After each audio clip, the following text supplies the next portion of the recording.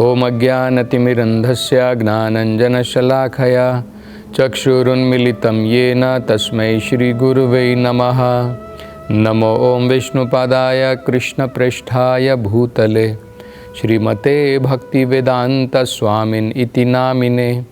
नमस्ते सरस्वते देवे गौरवाणी प्रचारिणे निर्विशेष शून्यवादी पाश्चात्य देशतारिणे। जय श्री कृष्ण चैतन्य प्रभु नित्यानंदा श्री अद्वैत गदाधर श्रीवासदि गौर भक्तवृंदा। हरे कृष्णा कृष्ण कृष्णा हरे हरे, हरे राम राम राम हरे हरे। हरे कृष्णा। तो भगवान कपिल अब आगे भगवान के चेहरे के ऊपर किस प्रकार से योगी को प्रेम पूर्वक ध्यान लगाना चाहिए उसके बारे में चर्चा करते हैं। तो कहते हैं, हासम हरे अवनत अखिल लोका, मतलब भगवान की जो हंसी है, हासम हरे है, और खासकर किन लोगों के लिए वो अत्यंत महत्वपूर्ण है भगवान की हंसी।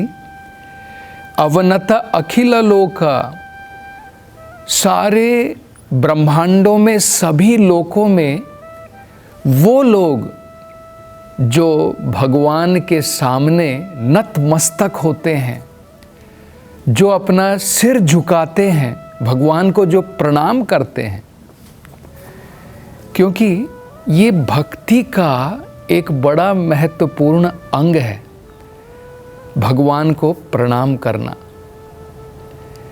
भगवद गीता में भगवान स्वयं कहते हैं कि हे अर्जुन, मैं अब तुमको भगवद गीता का सबसे महत्वपूर्ण, भक्ति का सबसे महत्वपूर्ण रहस्य बताने वाला हूँ। राज विद्या, ये जो मैं विद्या तुम्हें बताने जा रहा हूँ भक्ति की, ये सभी विद्याओं की उसमें सबसे उत्तम है। राज विद्या का मतलब होता है सभी विद्याओं में राजा। राज विद्या, राजगुह्यम, और सभी प्रकार की गोपनीय जो नॉलेज है, जो ज्ञान है, इसमें ये ज्ञान सबसे गोपनीय है, मतलब सबके लिए उपलब्ध नहीं है। गोपनीय का मतलब क्या होता है? जो रहस्यमयी है, सीक्रेट है, सबके लिए उपलब्ध नहीं है।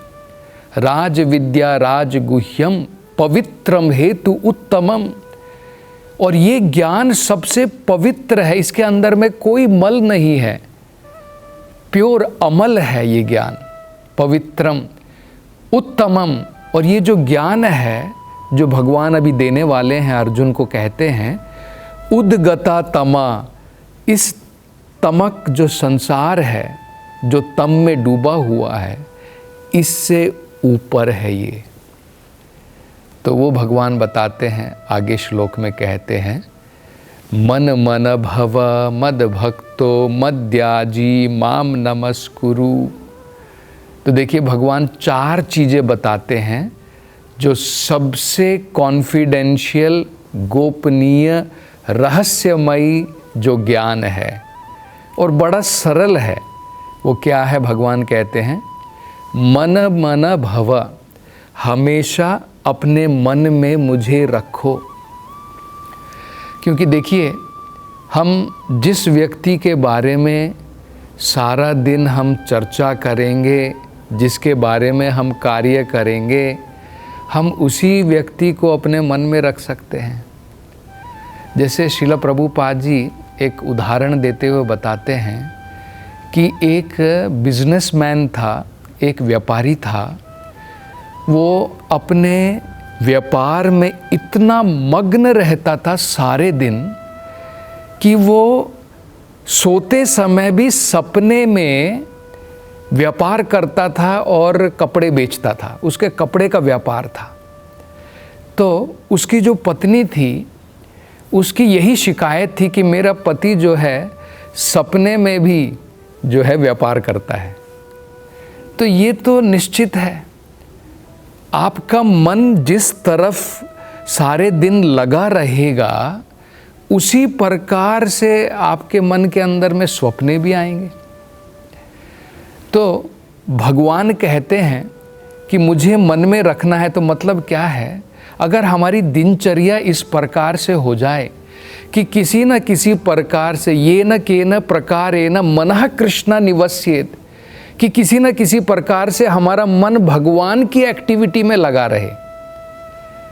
जैसे मान लीजिए हम कृष्ण भावनामृत में क्या करते हैं, हम सवेरे उठते हैं, सबसे पहले भगवान के लिए आरती होती है, महामंगल आरती जिसे कहते हैं।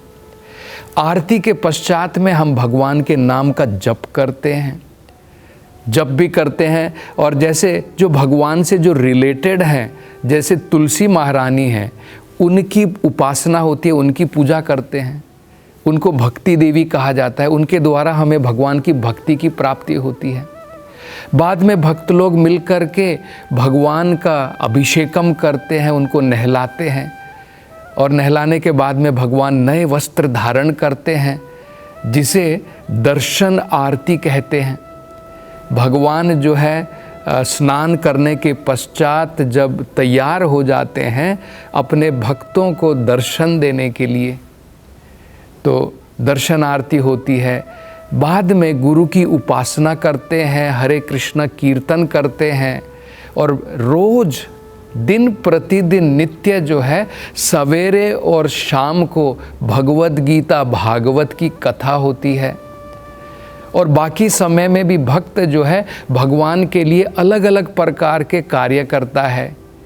कोई भक्त जो है जाकर के भगवान कृष्ण की भगवद गीता भागवत इसका वितरण करता है, कोई लोगों से जाकर के भगवान के बारे में बातें करता है। तो अनेकों प्रकार से हम भगवान के जो है पूरे हमारी दिनचर्या इस प्रकार से बना सकते हैं कि always remember Krishna, never forget Krishna. मतलब भगवान को हमेशा हम याद रख सकते हैं, और ऐसे कार्य से हमें दूर रहना चाहिए जिससे हम भगवान को भूल जाएं।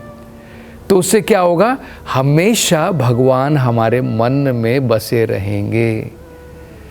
तो ये बड़ा महत्वपूर्ण है। शुरुआत में हो सकता है हमें इस प्रकार से मन को लगाना पड़े, बाद में जब प्रेम जागृत हो जाता है तो ऑटोमेटिकली स्वाभाविक तरीके से भगवान हमारे मन में हमेशा रहेंगे, वो स्वाभाविक हो जाता है।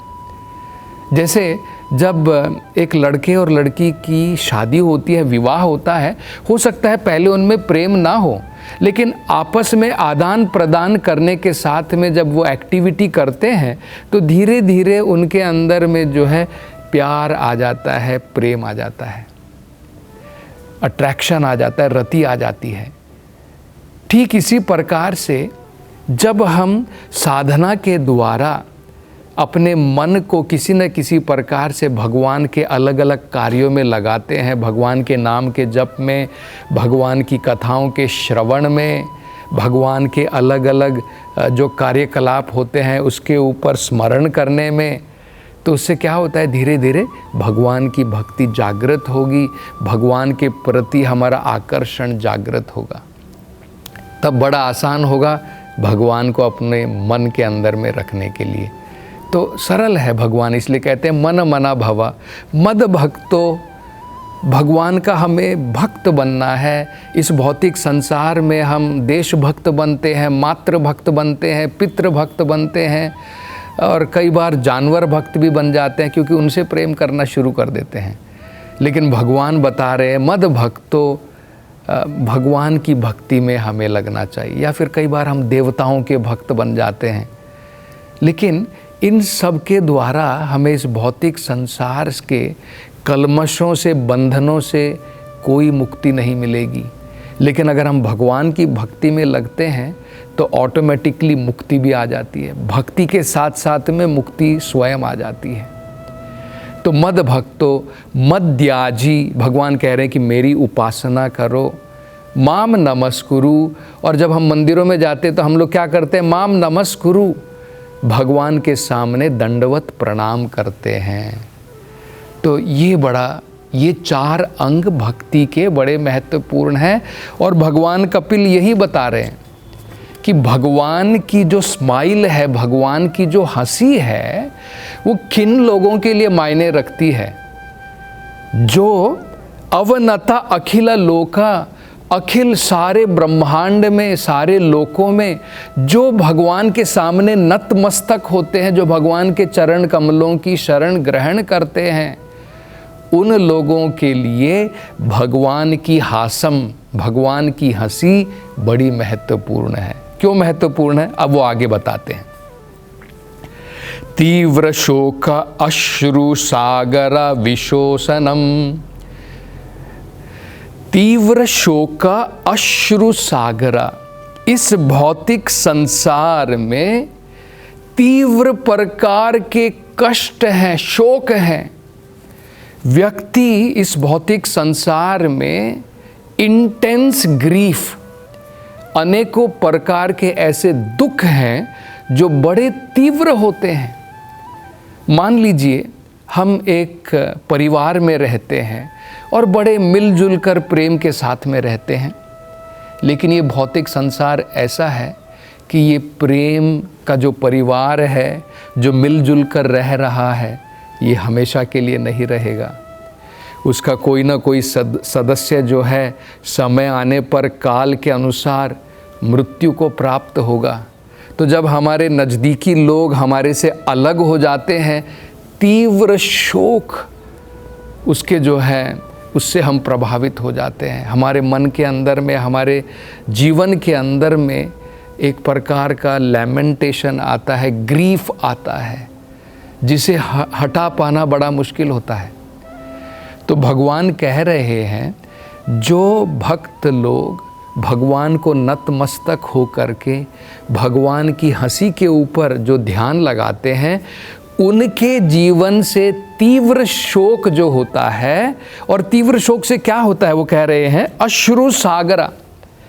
हमारे जीवन में जब हमें दुख होता है तो आंखों से तो आंसू अपने आप निकल आते हैं, और इतने आंसू निकलते हैं कि बकेट भर जाती है, सागर भी भर जाता है। इतना शोक है लोगों के इस जीवन के अंदर में, इतने प्रकार के कष्ट लोग भोग रहे हैं कि उनके अश्रुओं के द्वारा सागर भर जाए। और इस प्रकार के सागर को विशोकनम, विशोकनम का मतलब है वो बिल्कुल ड्राई हो जाएगा, बिल्कुल सूख जाएगा वो सागर, अगर हम नतमस्तक होकर के भगवान की हंसी के ऊपर अगर हम ध्यान लगाएं। और आगे वो कहते हैं, ये जो भगवान की हंसी है ये कैसी है? अति उदारम सम्मोहनाय, भगवान की हंसी जो है अति उदारम, उदारम का मतलब होता है महान है, और जो महान व्यक्ति होते हैं उनकी कृपा हमें आसानी से प्राप्त हो सकती है। और सम्मोहनाय, भगवान की हंसी इतनी मधुर है कि भक्त उसकी तरफ आकर्षित होने के बाद में अगली पंक्ति में भगवान कपिल बता रहे हैं, वो किसी और चीज़ के ऊपर उसका ध्यान ही नहीं जाता है। भूमंडलम मणिकृते मकरा ध्वजस्य, वो कहते हैं भगवान की इस प्रकार की हंसी और भगवान की जो बोहे हैं उनको देख कर के मुनि कृते, जो मुनि है, जो भक्त है, मकरा ध्वजस्य, मकरा ध्वज का मतलब होता है एक देवता ऐसे हैं जिन्हें काम देवता कहा जाता है, जो काम वासनाओं के देवता बताए जाते हैं। अगर वो हमारे ऊपर कामों के बाण छोड़ेंगे तो मतलब हम ध्वस्त हो जाएंगे। हम कैसे ध्वस्त हो जाएंगे बताया जाता, मदन दहना, मदन दहना का मतलब हम काम वासनाओं की अग्नि में जल जाएंगे, हमारे मन से काम वासनाएं हटेंगी नहीं, इस प्रकार से बताया जाता है। लेकिन भगवान का नाम क्या है देखिए, मदन मोहना। हमें क्या बताया जाता है भौतिक संसार में? मदन दहना, काम वासनाओं के द्वारा हम जल रहे हैं इस संसार के अंदर में। और भगवान कौन है? मदन मोहना, जो मदन को भी, कामदेव को भी जो अपनी तरफ आकर्षित कर लेते हैं। हजारों कामदेवों को भी भगवान अपनी तरफ आकर्षित कर लेते हैं, इसलिए भगवान मदन मोहन है। और श्रीमती राधा रानी को बताया जाता है मदन मोहन मोहिनी। जो मदन मोहन को, जो भगवान जिनको मदन मोहन कहते हैं, जो हजारों कामदेव को अपनी तरफ आकर्षित करते हैं, उनको भी आकर्षित करने वाली कौन है?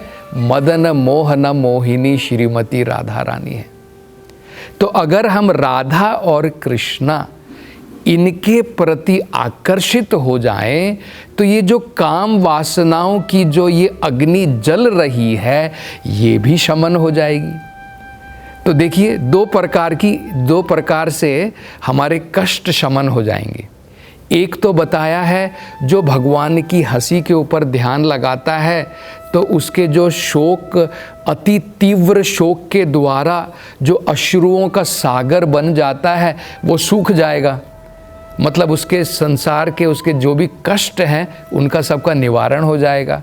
और जो हमारा मन जल रहा है इस भौतिक संसार में, अनेकों प्रकार की वासनाओं के द्वारा जो एक अग्नि की भांति हमें जला रही है, ताप से जो शमन जो है, ताप के द्वारा हमें अनेकों प्रकार के कष्ट प्रदान कर रही है, इस अग्नि का भी शमन हो जाएगा। इसके बारे में स्वयं यमुनाचार्य कहते हैं कि जब से वो भगवान की भक्ति में लगे हैं, तब से इस भौतिक संसार का कोई भी आकर्षण उन्हें जो है भाता नहीं है। किसी भी प्रकार का भौतिक काम वासनाओं से लिप्त जो आकर्षण है, अब उनके मन में उसके लिए कोई जगह नहीं है। और इसके बारे में हम और चर्चा अगली कथा में करेंगे। हरे कृष्णा।